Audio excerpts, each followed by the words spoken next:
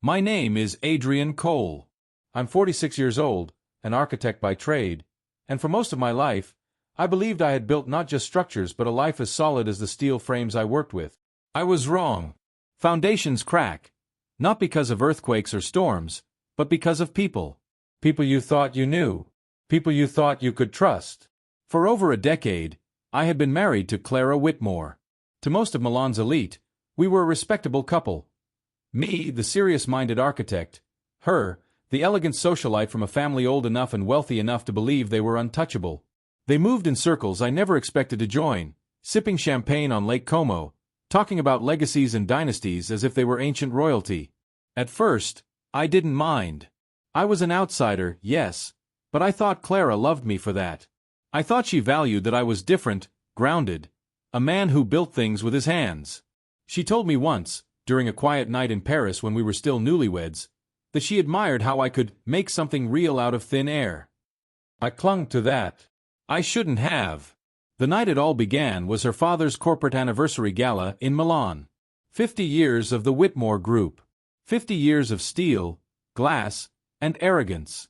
They hosted it inside their brand-new headquarters, a building I had personally designed. From the glass atrium that caught the moonlight to the carved stone pillars imported from Verona, every line, every proportion bore my hand. 4 months I had lived and breathed that project.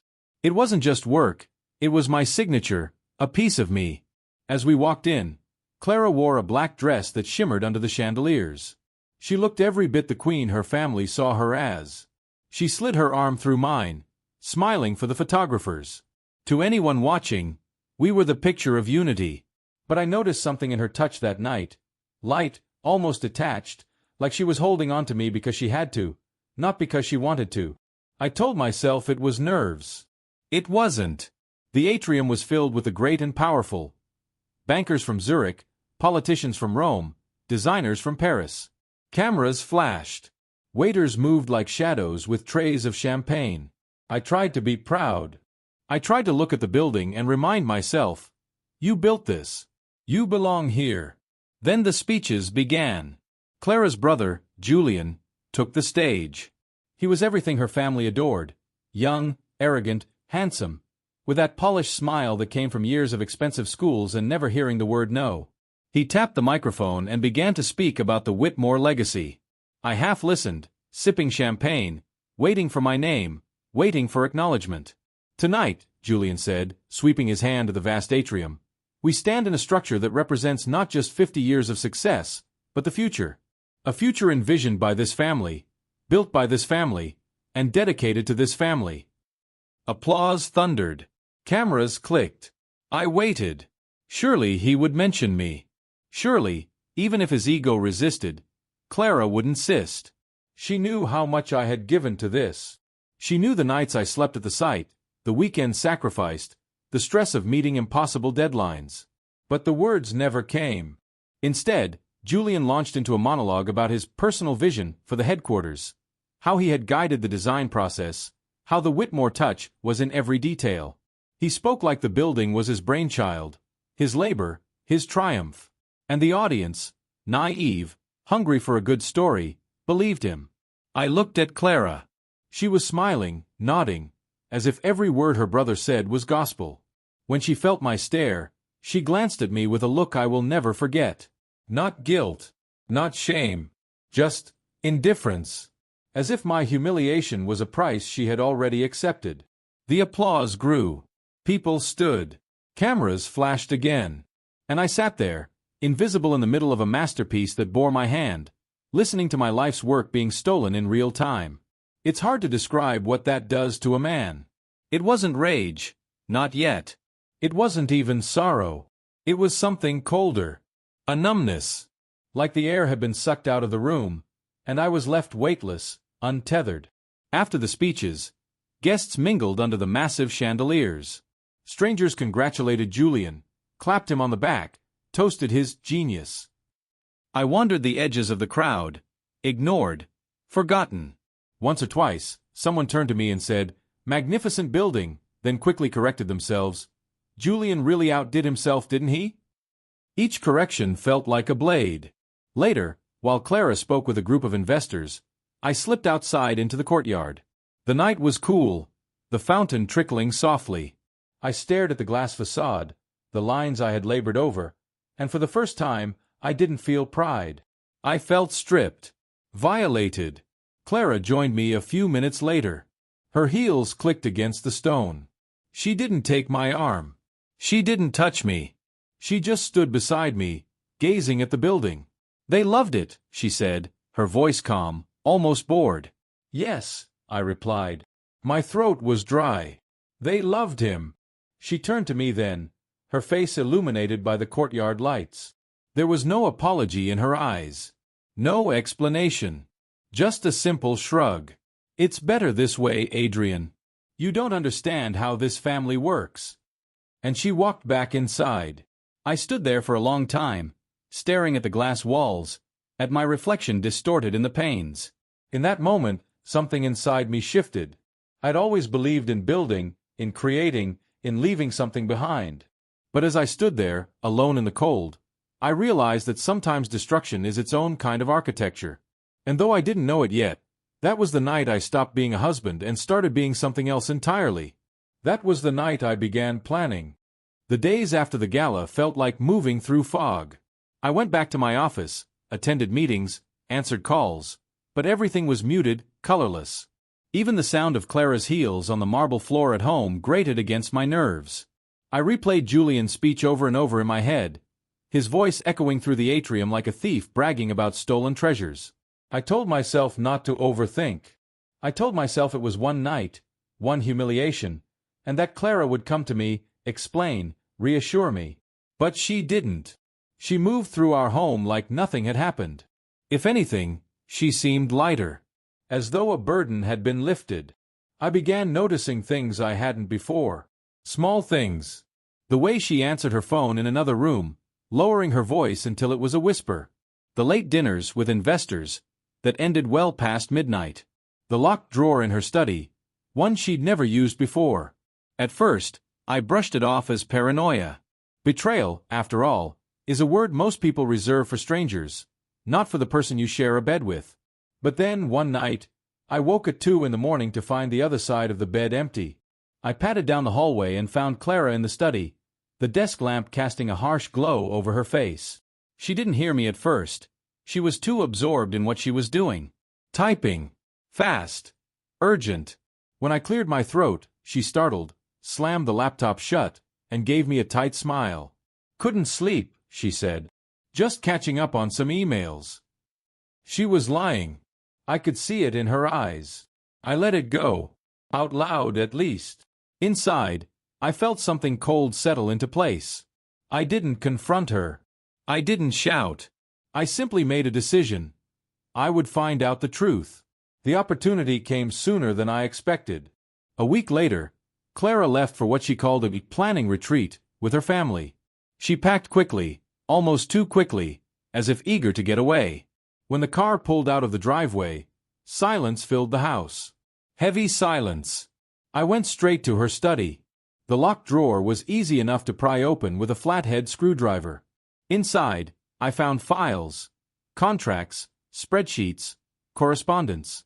My heart sank as I flipped through them. At first glance, they looked ordinary, just business documents. But then I saw my own name, again and again, crossed out. They weren't planning for me to be a part of the Whitmore Group's future. They were planning to erase me from it. There were emails, too. Clara and Julian, trading messages late at night.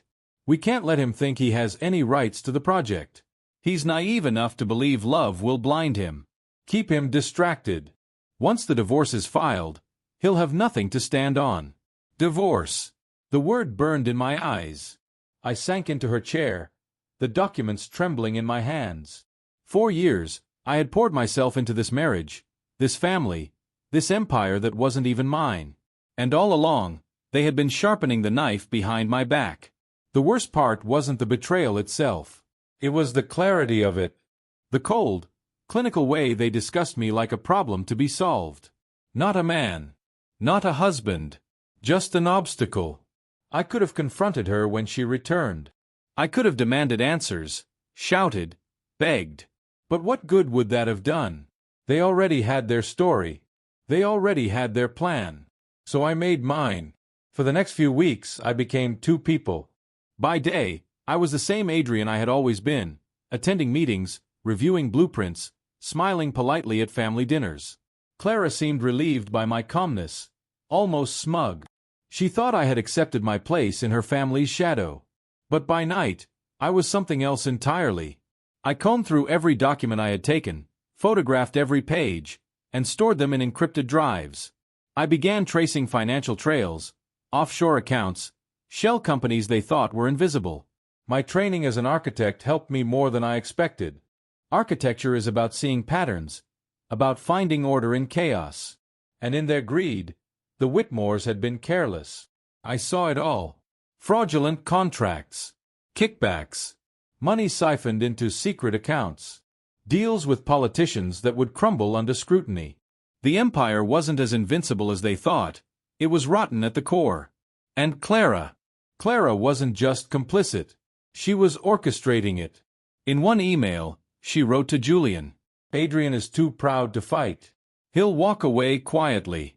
He always does." She didn't know me as well as she thought. The more I uncovered, the calmer I became. Rage would have been easy, but rage burns out. I wanted something that lasted. Something precise. Something that would take everything they had stolen and turn it back on them. I began keeping a journal. Not of my feelings, those no longer mattered, but of their crimes. Every transaction, every lie, every manipulation. A blueprint of betrayal. And as the pages filled, so did my resolve. One evening, Clara returned from another meeting with Julian. I was sitting in the living room, the journal open on my lap. She kissed my cheek lightly, distracted, then went upstairs without a word.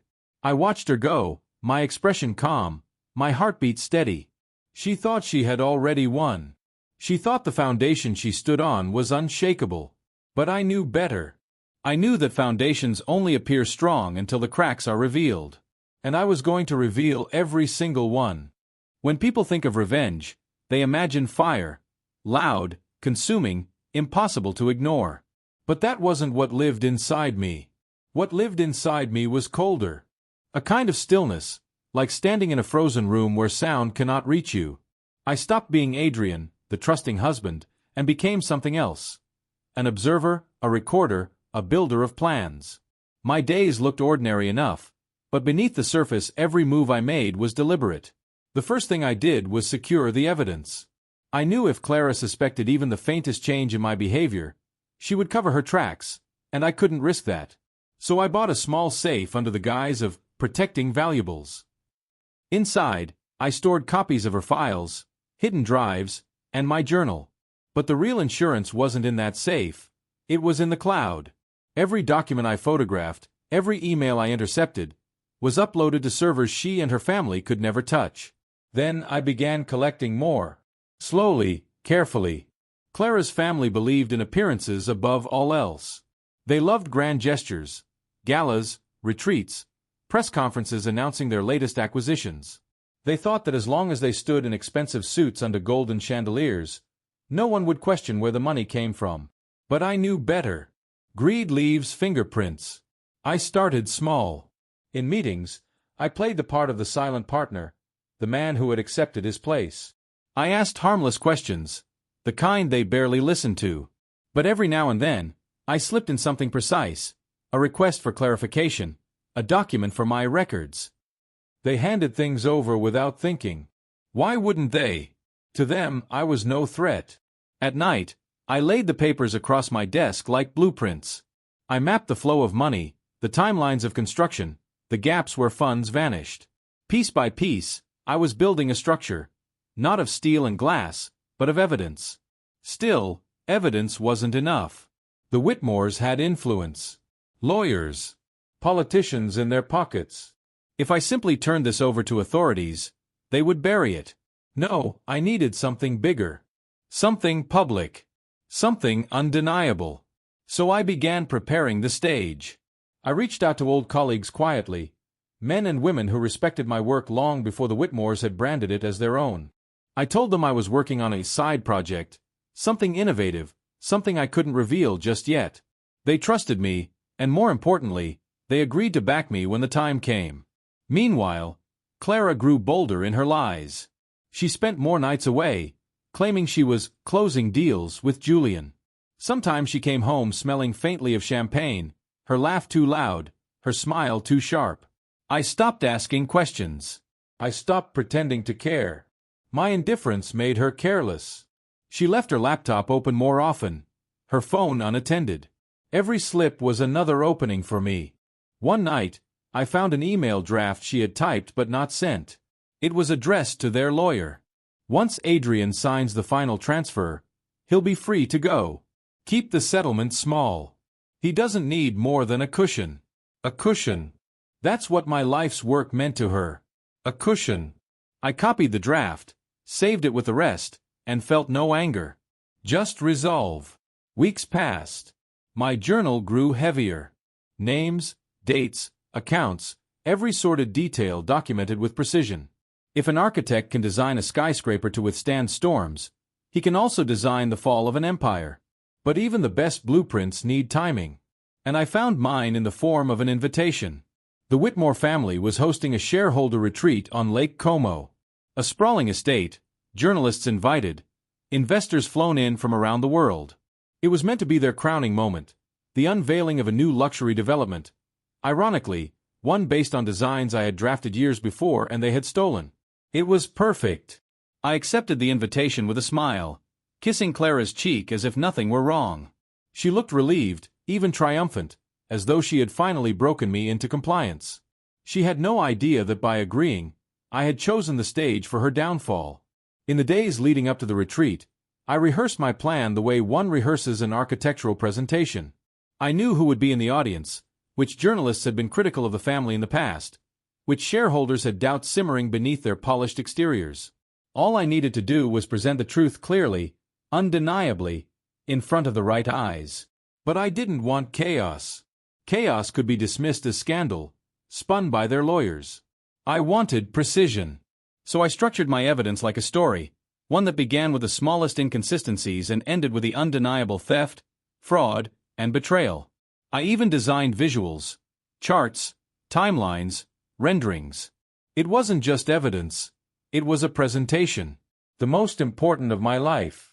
The night before we left for Lake Como, I stood by the window of my study, watching Clara pack her dresses into gleaming suitcases. She hummed to herself, content, oblivious. I should have felt something, rage, grief, maybe even nostalgia. But I didn't. What I felt was clarity. She thought she was bringing me along as an accessory, a husband too broken to fight back.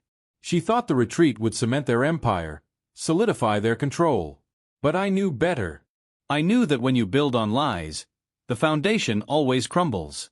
And I was ready to be the one who revealed every crack. The lake shimmered like glass that morning, reflecting the sprawling estate the Whitmores had rented for the retreat. To the casual eye, it looked like paradise, sunlight spilling across marble terraces, champagne flutes lined neatly on silver trays, guests dressed in silks and tailored suits. But to me, it looked like a stage. And every stage needs an ending. I walked beside Clara as we entered the main hall, her hand lightly gripping my arm. To the others, we must have looked like the perfect couple, distinguished architect and elegant wife, united in support of the Whitmore empire. No one would suspect that beneath her smile, she was leading a man she believed broken. And no one would guess that I carried the tools to dismantle everything they had built. The day began with speeches. Julian took the podium first, his voice booming, his grin wide as he unveiled renderings of their new luxury development. My development. My designs. Repackaged under his name. I studied the faces in the crowd, shareholders leaning forward with interest, journalists scribbling notes, photographers snapping away. Every second that passed, I could feel the tension inside me stretching tighter, like a bowstring waiting to release. Clara clapped loudly when Julian finished. She leaned toward me and whispered, "This is history, Adrian. You'll want to remember this moment." I turned my head slowly, letting my eyes meet hers. "Oh, I will," I said softly. "I will." After more speeches, the moderator announced a short recess before the afternoon's investor session. It was then, in the hum of casual conversations and clinking glasses, that I made my move. I approached the moderator, a man I had known professionally for years, and slipped a flash drive into his hand. "Something important for the session," I murmured. He looked puzzled, but I gave him the kind of steady gaze that tells a man this is no trivial request. He nodded. When the guests reconvened, the moderator cleared his throat and announced, "Before we begin, one of our distinguished attendees has requested to present some information relevant to today's development discussion. Mr. Adrian Cole." For a moment, the room stilled. Heads turned. Clara stiffened beside me, her smile faltering. Julian's brow furrowed, his jaw tightening. They hadn't expected this. I rose slowly, calmly, and walked to the podium. No notes, no nervous shuffle. I had rehearsed every word. "Good afternoon," I began, my voice even. "Most of you know me as an architect. For over 2 decades, I've dedicated my life to creating structures meant to endure. Buildings designed with precision, honesty, and stability. But today, I'm not here to talk about architecture. I'm here to talk about foundations. Not of concrete or steel, but of trust. And what happens when those foundations are built on lies?" A ripple passed through the audience. Cameras clicked. I continued. "For years, I have worked on projects under the Whitmore banner. Many of the designs you've seen unveiled were mine, though my name was often absent. That, I could have accepted. It happens in this industry. But what I could not accept was the systematic theft, fraud, and deception that followed." Behind me, the screens flickered to life, my flash drive feeding images into the projector. The first slide appeared, one of my original renderings, watermarked with my initials, placed beside Julian's so-called new design. The similarity was undeniable. Murmurs filled the hall. "Here," I said, pointing, "is a design drafted 3 years ago. And here is the design you were told was new. Only the credit has changed." Another slide. Financial records. Wire transfers to offshore accounts. Mismatched signatures. "These aren't oversights," I said evenly. "They are deliberate. Money moved without explanation, signatures forged, assets shifted to conceal what was stolen, not only from me, but from every investor in this room." The whispers grew louder, sharper. Shareholders leaned forward, eyes narrowing. Journalists scribbled furiously. Out of the corner of my eye, I saw Clara's face drain of color. Julian stood, his fists clenched, ready to interrupt. But I raised my hand. "Sit down, Julian," I said, not with anger, but with authority. "You've had your stage. Now it's my turn." Gasps spread across the hall. He hesitated, then slowly lowered himself back into his seat, though his glare could have cut glass. I pressed on. For months, I documented everything. Emails, drafts, financial trails. I did not come here with accusations. I came with proof. Slide after slide appeared, each one another nail in the coffin. A timeline of deceit. A map of stolen wealth. Photographs of contracts Clara herself had prepared, her handwriting betraying her. When her name appeared on the screen, Clara let out a strangled breath. She turned to me, whispering harshly, "Adrian, stop this." But I didn't stop. I kept my eyes on the room, on the people who mattered. "The truth is simple," I said. "You've been lied to. You've been presented with a polished facade, but beneath it is rot. And you deserve to know before you invest another dollar, before you trust another promise." The final slide appeared, a closing statement, simple white text on black. Lies can build walls, but they cannot hold them up. Silence. Heavy, suffocating silence. Then the room erupted. Questions shouted, cameras flashing, shareholders demanding answers from Julian and Clara. The once glorious Whitmore image fractured in real time, cracks spreading until the whole facade threatened to collapse. I stepped away from the podium, calm as ever, and walked through the storm I had unleashed. Clara grabbed my arm, her nails digging in. "How could you?" she hissed. "You'll ruin us." I turned to her, my face expressionless. "You ruined us long ago, Clara. I'm just revealing the truth." I pulled free and kept walking, past the chaos, past the shouting, out onto the terrace where the lake stretched wide and still, untouched by the noise inside. For the first time in months, I breathed. Really breathed. Not as a man trapped in betrayal, not as a husband bound by lies, but as myself. Behind me, the empire was crumbling. Ahead of me, the horizon was open. And for the first time, I realized, sometimes revenge isn't about raising your voice. Sometimes it's about choosing the right stage, the right moment, and letting the truth speak louder than you ever could. If you enjoyed this story, like this video and leave a comment telling me what you thought. And if you're not already subscribed to the channel, please subscribe and hit the notification bell to get alerts for new stories like this one. Thanks for watching, and I'll see you next time.